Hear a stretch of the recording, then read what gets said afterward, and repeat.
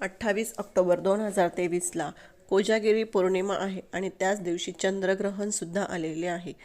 तर या दिवशी आपल्याला सत्यनारायण करायचे का? जे आपण दर महिन्याला सत्यनारायण करतो, तर या दिवशी कधी सत्यनारायणाची पूजा करावी किंवा कोजागिरी पौर्णिमेला आपण जो दुधाचं दूध आटवून जो चंद्राला नैवेद्य दाखवतो तो कधी दाखवायचा? तर ह्या सगळ्या प्रश्नांची उत्तरं आपण या व्हिडिओमध्ये बघणार आहोत. त्यामुळे व्हिडिओ शेवटपर्यंत बघा आणि जर काही तुमच्या शंका असतील तर त्या तुम्ही कमेंटद्वारे विचारू शकता. जर तुम्ही आपल्या चॅनलला सबस्क्राईब नसेल केलं तर सबस्क्राईब नक्की करा. चला तर मग व्हिडिओला सुरुवात करूया. तर 28 ऑक्टोबरला दुपारी 4:05 सुतक काळ हा चालू होणार आहे आणि चंद्रग्रहण हे त्याच दिवशी म्हणजे 28 तारखेची म्हणजे त्या 12 नंतर आपला 29 तारीख चालू होते. तर 29 तारखेला 2:24 हा जो चंद्रग्रहणाचा काळ आहे तो संपणार आहे. खरं चंद्रग्रहण हे मध्यरात्री 1:05 ते 2:24 असणार आहे, पण त्याचा सुतक काळ हा 28 ऑक्टोबरला दुपारी 4:05 सुरू होणार आहे. तर या वेळेमध्ये आपल्याला मीठ, लोखंड या अशा गोष्टी आहेत त्या खरेदी करायच्या नाही. त्यानंतर कुठे घराच्या बाहेर जायचं नाही, घरामध्येच बसून आपल्याला या वेळेत नामस्मरण करायचे आहे. खरं तर सुतक काळापासून ते चंद्रग्रहण असू द्या किंवा कुठलंही ग्रहण असू द्या, या वेळेत आपल्याला जेवायचं नसतं, कुठल्याही प्रकारचं अन्न हे शिजवायचं नसतं. जे लोक ह्याला मानतात त्यांच्यासाठी हा व्हिडिओ आहे. जे मानत नाही, ज्यांचा विश्वास नाही, अशांनी हा व्हिडिओ बघू नये. तर खरं तर आपण सुतक काळापासून तर जोपर्यंत ग्रहण संपत नाही त्यावेळेपर्यंत आपण जेवत नाही, कुठल्याही प्रकारचं अन्न शिजवत नाही, देवांना हलवत नाही. फक्त आपल्याला एका जागेवर बसून नामस्मरण हे करायचं असतं. पण आपल्याकडनं हे एवढं शक्य होत नाही. त्यामुळे संध्याकाळी म्हणजे 28 ऑक्टोबरला संध्याकाळी म्हणण्यापेक्षा रात्री 7:45च्या आधी आपल्याला सर्वांना जेवण हे करून घ्यायचं आहे. आपल्या सगळ्या पाण्यामध्ये, दुधामध्ये, अन्नामध्ये आपल्याला सगळीकडे तुळशीपत्र हे टाकवून द्यायचे आहे. आणि ज्या गर्भवती स्त्रिया आहे, ज्यांना शक्य होत नाही उपाशी राहणं, तर त्यांच्यासाठी हा कुठल्याही प्रकारचे नियम नाही. जे वृद्ध आहेत त्यांनाही शक्य होत नाही उपाशी राहणं, तर त्यांनी जीवाला त्रास देऊन कुठलाही नियम हे पाळू नये. तुमच्यासाठी कुठलेही नियम नाही, पण ज्यांना शक्य होत असेल त्यांनी हे नियम आवर्जून पाळावे. लहान मुलांसाठी सुद्धा कुठलेही नियम नाही. तर आपल्याला काय करायचं आहे, रात्री 28 ऑक्टोबरला रात्री 7:45च्या आधी आपल्याला जेवण हे करून घ्यायचे आहे. तुम्ही बाथरूमला जाऊ शकता, 7:45 नंतर तुम्ही पाणीसुद्धा पिऊ शकता. पण आपल्याला रात्री 1:30 म्हणजे 1 वाजल्यापासून ते 2:24 पाणीही प्यायचं नाही आणि आपल्याला अन्नही ग्रहण करायचं नाही आणि लघवीलासुद्धा जायचं नाही. पण त्याच्या आधी तुम्ही लघवीला जाऊ शकता, बाथरूमला जाऊ शकता, पाणी पिऊ शकता. आणि जर ज्यांना कम्प्लिटली बेडरेस्ट असेल, ज्या गर्भवती स्त्री असेल किंवा आजारी माणसं असतील, तर ज्यांना कम्प्लिटली बेडरेस्ट असेल त्यांनी या वेळेमध्ये फक्त झोपून नामस्मरण केलं तरीसुद्धा चालतं. खरं तर ह्या वेळेमध्ये झोपत पण नाही, पण ज्यांना इलाजच नाही त्यांनी झोपून नामस्मरण केलं तरीसुद्धा चालतं. तर 7:45 नंतर आपल्याला तुम्ही पाणी पिऊ शकता आणि बाथरूमला जाऊ शकता. फक्त आपल्याला अन्न ग्रहण करायचं नाही, एवढंच सगळ्यांनी लक्षात ठेवायचं. हे गर्भवती स्त्रियांसाठी सुद्धा आहे आणि जनरली आपल्या सगळ्यांसाठी सुद्धा आहे. पण ज्यांना शक्य होत नाही त्यांनी कुठलेही नियम पाळू नये, कुठलीही शंका मनात आणू नये. तुम्हाला शक्य होत नसेल तर तुम्ही अन्न ग्रहण केलं तरीसुद्धा चालेल. त्यानंतर आपल्याला सत्यनारायण कधी करायचं, तर 4:05 सुतक काळ हा चालू होणार आहे. तर त्याच्या आधीच आपल्याला सत्यनारायणाची पूजा ही करून घ्यायची आहे. तुम्ही सकाळी 6 वाजता करा, 7 वाजता करा, 8 वाजता करा, 3 वाजेच्या आत तुम्ही कधीही सत्यनारायणाची पूजा ही करू शकता. कारण की सुतक काळामध्ये आपण देवाला नैवेद्य दाखवू शकत नाही आणि देवसुद्धा ते नैवेद्य ग्रहण हे करत नाही. त्यामुळे आपल्याला सुतक काळाच्या आधीपर्यंतच देवाला नैवेद्य हा दाखवून घ्यायचा आहे आणि पूजासुद्धा करून घ्यायची आहे.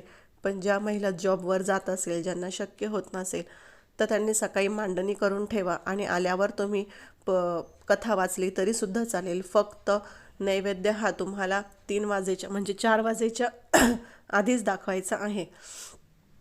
तर त्यानंतर आता सत्यनारायणाचं क्लिअर झालं असेल, तर त्याच्यानंतर आपल्याला कोजागिरी पौर्णिमा कधी मांडायची.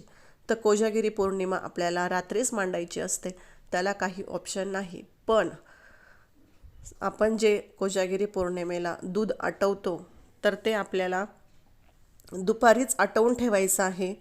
म्हणजे 4 वाजायच्या आधीच आपल्याला आटवून ठेवायचं आहे. जर तुमच्याकडून शक्य होत नसेल तर तुम्ही 7:45च्या आधी आटवलं तरीसुद्धा चालेल.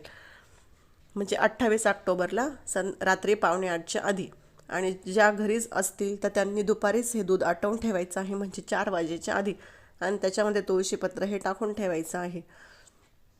आणि त्यानंतर आपल्याला तो दुधाचा जो नैवेद्य आहे तो थोड्याशा छोट्याशा वाटीमध्ये घेऊन तो देवाला दाखवायचा आहे. हे संध्याकाळी म्हणजे रात्रीच करत असता, पण या दिवशी चंद्रग्रहण आहे त्याच्यामुळे आपल्याला देवाला सुद्धा दुधाचा नैवेद्य हा दाखवता येणार नाही. पण तरीसुद्धा आपण आता एवढं करतो त्याच्यामुळं थोडासा देवापुढे हा ठेवून द्यायचा. त्याच्यामध्ये तुळशीपत्र टाकायचे आणि जे आपण दूध जे आटवलेलं आहे त्याच्यामध्ये सुद्धा तुळशीपत्र टाकायचे. आणि देवाला दाखवल्यानंतर हे दूध तसंच तुम्ही फ्रीजमध्ये स्टोअर करून ठेवा. आणि दुसऱ्या दिवशी आपल्याला हे दूध प्यायचं आहे. त्याच दिवशी आपल्याला दूध हे प्यायचं नाही.